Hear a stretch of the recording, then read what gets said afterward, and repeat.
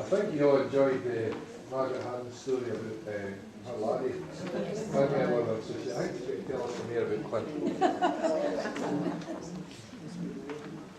I hope you didn't mind me talking about my wee Clint again. A fairly young subject, you can.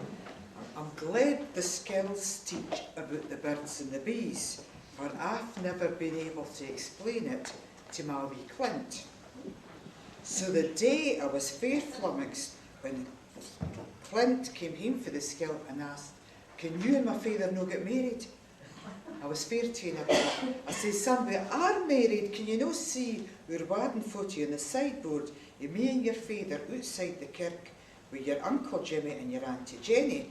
What do you think I was wearing a white frock and a veil for?" I ken the photo's a bit spoilt, with your granny predicament greeting and holding that big white hanky up to her in. She wasn't very pleased when your Uncle Jimmy put that caption on it, "Be good to my Willie, Jessie Brown." For by the stork wouldn't have brought a braw wee laddie like you to a mammy and daddy that wasn't married. And Clint said, "Mammy, Pim Brown was telling us all what a great time he had at his father's wedding. And he asked me if I had enjoyed myself at yours. I tell him I couldn't mind being there, so I thought you might no be married.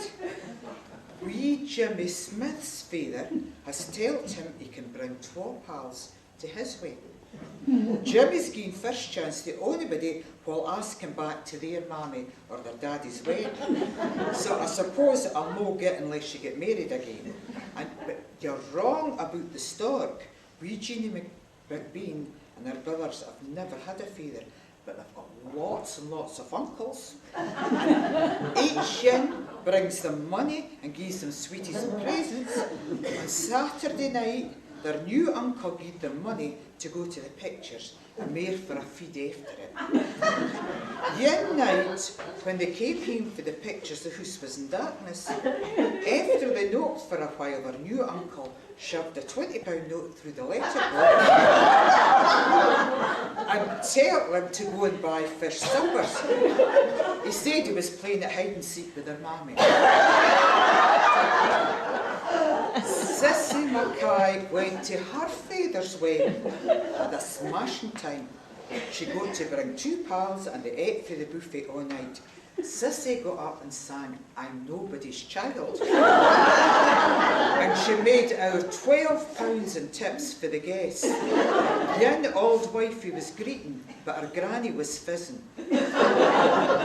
I would be a lot better off if I had 2 mammies and 2 daddies. Archie Gardner's got that. He's never short of cash or sweeties. He just has to say to his daddy and his stepmother, "My real mammy's buying me a bike, but I would far rather hear a computer to make me clever so you would be proud of me." When he gets home, he says to his mammy and stepfather, "My real father's getting me a computer, but I would far rather hear a bike to make me fit and healthy so you wouldn't need to nurse me if I took ill." Archie Kent, he wouldn't get found out because his mammy and daddy didn't talk. And sure enough, the next week when he visited his real father, there was a computer waiting for him and a TV to go with it. And at the end of the month, they got a Brawl mountain bike for his mammy. Well, I was worried in case Willie wouldn't go through all the rigmarole of a wedding, just to give Clint a party. So when he came home, he had a talk with Clint. He said, "Seriously, son, you surely didn't expect us to go and get married again just to give you a party.